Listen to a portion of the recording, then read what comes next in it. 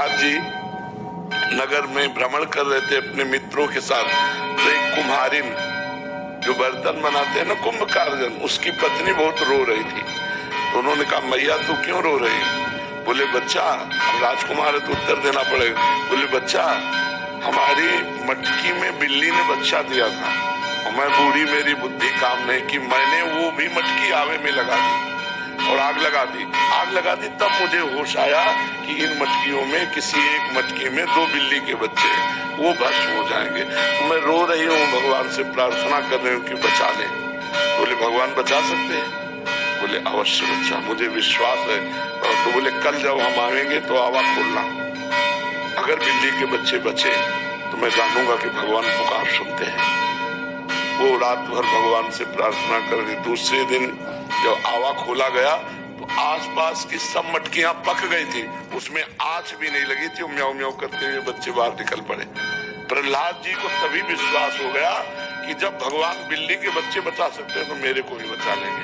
तभी हिरण्याकश्यप का विरोध कर दिया और हिरण्याकश्यप ने क्या क्या प्रहलाद जी के साथ किया, बिल्कुल नहीं डरे। महाभारत में 18 अक्षौणी सेना थी, 11 अक्षौणी कौरवों की और 7 अक्षौणी पांडवों की। उस क्षेत्र में टिटिरी एक पक्षी होता है, उसके अंडे रखे हुए थे और वो बेचारी घबरा गई। बड़े बड़े हाथी घोड़े रथ रब्बा सवार है, वो सोचा मेरे अंडे मारे जाएंगे। तो भगवान से प्रार्थना की, भगवान आप मेरे बच्चों की रक्षा कीजिए। तो एक विशाल हाथी वहां से निकला, उसका घंटा टूट करके उन अंडों के ऊपर। पूरा महाभारत हो गया लेकिन 2 अंडे उसके नहीं फूटे टिटेरी के। जो मारने वाला है वही बचाने वाला है।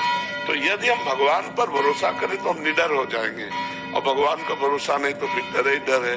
फिर तो बड़ा भयावह संसार है, एक एक कदम पे डर है। नहीं, कितना निगेटिव सोचकर हमारा मन हमको डराता रहता है। यही ज्यादा डर बैठ जाए तो मतलब दवाइयां भी काम नहीं करेंगी, हम ऐसे कमजोर हो जाएंगे। तो हमें लगता है हमें भगवान का भरोसा रखना चाहिए, भगवान का भजन करना चाहिए, भगवान की लीला कथा सुननी चाहिए, भक्तों के चरित्र सुनने चाहिए। इससे हमारा डर खत्म हो जाएगा।